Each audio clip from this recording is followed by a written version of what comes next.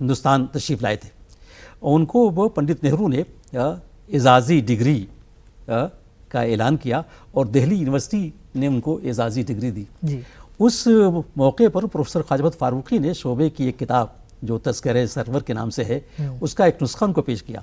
اب امریکہ کے صدر کو اردو کی ایک کتاب کا پیش کیا جانا پورے ہندوستان کے لیے خبر تھی، بالکل، جو اور نمایاں طور پر چھپی، تو ہم لوگوں کو بھی حیرت ہوئی کہ گورکھپور میں چلیے اردو تو کبھی ہندوستان میں ہے اور اس آن بان سے ہے کہ امریکہ کے صدر کو اردو کی کتاب کا ایک نسخہ پیش کیا جا رہا ہے، ظاہر کہ فاروقی صاحب تھے۔ بالکل، تو اب آپ اندازہ لگائیں کہ اس رونق نشینی نے، یا یوں کہیے کہ اس دل فریبی نے ہم سبھی لوگوں کو متاثر کیا۔ خواجہ احمد فاروقی نے پنڈت نہرو کو مدعو کیا، ڈپارٹمنٹ تشریف آئے ڈاکٹر رادھا کرشنن اور ڈاکٹر ذاکر حسین۔ اچھا یہی نہیں بلکہ پوری یونیورسٹی میں شعبہ اردو کا جو نام و مقام تھا وہ سائنس کے لوگ بھی حاصل نہ کر سکے، اور اسی وجہ سے خواجہ احمد فاروقی جو ہے وہ کبھی کبھی محسود ہوتے تھے، یہ باعث رشک بنتے تھے، جی جی جی۔ اور علمی سطح پہ ابھی آپ نے ذکر کیا کہ خواجہ احمد فاروقی کی ذات گرامی تھی کہ جس نے شعبے کو ایک ایسا یونٹ دیا جو ہندوستان کے کسی شعبے کو حاصل نہیں تھا۔ انہوں نے ایک پبلیکیشن یونٹ قائم کیا اور وہ پبلیکیشن یونٹ باقی رہا، اتنے کام کیے کہ اب تک آپ اندازہ لگائیں کہ ان کے زمانے تک تقریباً 60 سے زیادہ کتابیں شائع ہو چکی تھیں، جس میں کلاس کی متون بھی تھے، لغات بھی تھے اور یہ تذکرے بھی تھے۔ اور عہد غالب ہمارے ڈپارٹمنٹ کا ایک خاص وصف رہا ہے کہ غالب اور عہد غالب پر خصوصی مطالعہ کا، بالکل، اور آپ وہ سن کے یہ بھی خوش ہوں گے کہ میرے آنے کے بعد ڈپارٹمنٹ کی فضا جو بدلی تو اقبالیات کو بھی یہاں، اس زمانے تک اقبال کو ذرا بوجوہ زیادہ ترجیح نہیں دی جاتی تھی، لیکن فاروقی صاحب نے مجھے پروموٹ کیا، اور پروموٹ کرنے کے ساتھ ساتھ انہوں نے یہ بھی کہا کہ اقبال شناسی کو آپ اثر نو یہاں دہرائیں۔